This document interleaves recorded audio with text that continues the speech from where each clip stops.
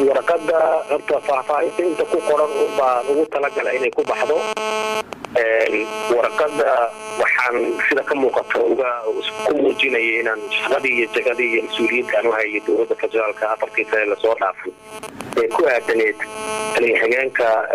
hay'adda mas'uuliyadda aan maaragtay sameeyay dabcan meerigana waxaan yiraahdaa Soomaaliya ku maamada maaragtay kuleylka dabba ka keenay filaad hadda barata qofka wuxuu baa keenay filaadu iskama dhacdo laakiin waqtigeeda saxda aan rabaa insha Allah inaan uga hadlo taruufaha ku xeeran filaadayda waxaan dhihi karaa afartii sano aan jooga meeshaas wax qabadkii anigu shakhsiyan aan qaban karay ama shaqadii aan islaayay bulshada Soomaaliyeed aniga iyo udgeyga iyo dadka maaragtay mas'uuliyadda kale ee asman way u idmadeen ama way sugayeen ama waa looga baahnay waxaan islaayay inaan cadad aad ku yar aan qabanay dabcan inta soo tarbaan sugayay waxaan islaayay inta waxba soo taraya waxbana isma soo tarin marka waxaan dhihi karaa qayb ay ka tahay ma wada ahan qayb ay ka tahay sababaha aan soo casilay inaan de afar sano ka bacdi arkay inaan badayno waayahay iscasilaadaada dadkii aad u gudbiso madaxweynaha ugu horeeyo cabdisalaam ma ka aqbaleen madaxweynuhu dabcan safar uu jiraa wadooyinkii loogu talagalay waxa weeyaan madaxweynaha iyo wasiirka amniga ra'iisul wasaaraha iyo taliyaha sugida dadkaas ay tahay inaan si maaragtay ugu gudbiyo wadadii maaragtay ay aadeen loogu gudbiyey dabcan waxaan rajaynayaa inay aqbaleen sababay hadda ku mucaaradaan dhammo ogiyo Soomaaliya qofka tagada laguma bariyo waa loo magacaabo dadku ku dagaalamaan jagada u dagaalamaan inta badan dadku Soomaaliyeed dadka la magacaabay dadkii taasilay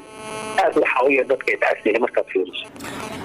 waaya marka Cabdisalaam waxaan doonayaa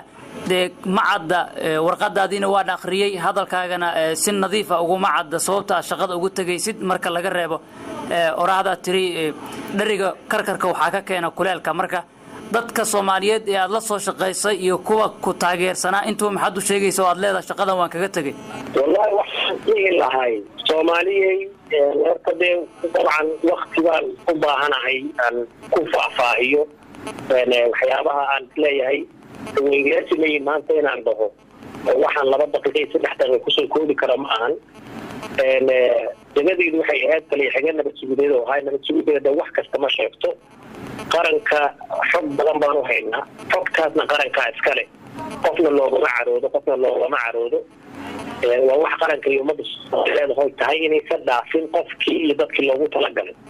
laakiin waxaan dhihin karaa ummadda Soomaaliyeed u sheegi karaa ummadani waxaad xaq u leedahay in difaaco xaq waxaad leedahay in shaqadayda cadaalad iyo Soomaalinimo iyo sinaan iyo horumarna inaad heshaan amnigiina la sugo waxa qatarta ku ah amnigiina laga sugo waan u jeedaan oo dhibaatada dhacaysa isla soo taraysa way kasii daraysa waxaan leeyahay dowladda Soomaaliya ee cusub hadda wax lagu eedeeyo inaysan jirin oo dhigi karo dowlad cusub oo shalaba meesha qabsatay 100 maalmood ma u dhamaanin ama wax weyn ma dheereen waxay u baahan tahay dowladdu reformki laga sugay madaxweynaha qaranka ee Farmaajo especially ciidamada amniga militariga ha noqoto booliiska ha noqoto iyo nabad sugiddu reformki sugayeen ama isbedelki sugayeen waxaan dhihi karaa askari kasta maanta bariisanaya hadalkiisa ama qof kasta shacab xiriir la leh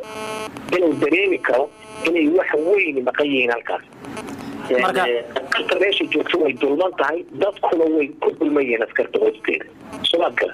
marka dowladda waxaan tahay mas'uuliyiinta dowladda wasiirku waxba ma qaban karo oo wax weyn la soo kordhi karo waxaan dhihi karaa taliyuhu wax weyn soo kordhi karo arrinta meesha ka qorintanta waxa weeyaan Soomaaliya laga rabo in laga soxo waa madaxweynaha iyo ra'iisul wasaaraha waa accountability in la xisaab oo yira qofkan uu loo diiday maxaa ku qaldan waaya cabdi salawaad mahadsantahay waan ku fahanay ujeedadaada iyo halkaad u socotid waan dareensanahay waxaan doonayaa marka adigu wadanka inta badan waad ka maqneed mar baad caafimaad u baxday deeta Soomaaliland laaban oo muddo dheer baad maqan tahay xagee baad ku maqneed markaad iscasilaysa Muqdisho maxaad u imaan weydo adigoo jooga wadankii aad u soo casilin weyday والله wax laga yaabo inaad Soomaaliyeed anigu wadanka waa jirtay waqti aan maqnaayo caafimaad u maqnaay waxyaabaha hada shay kale waxa kamid ah qof caafimaad aan maqnaay kaliya waxaan soo maray xanuuno maaragtay aad u dhib badan dawladda Soomaaliya ugu sheegtay $1 inta ka qaray mas'uul Soomaaliyeed ku magacaabnay Soomaaliya gar waan soo noqday hadda yani sanadkii tagay 2016kii dhexdhexdiisii aan soo noqday amalaan bishii June aan soo noqday 12kii aan wadanka imid iyadoo weli kaliya yar oo jagada hayo oo madaxweynaha xukumayo intaasna wadankan joogo hadda maalin dawladda ka soo noqday wadanka oo maartay ku soo noqday dalka Ingiriiska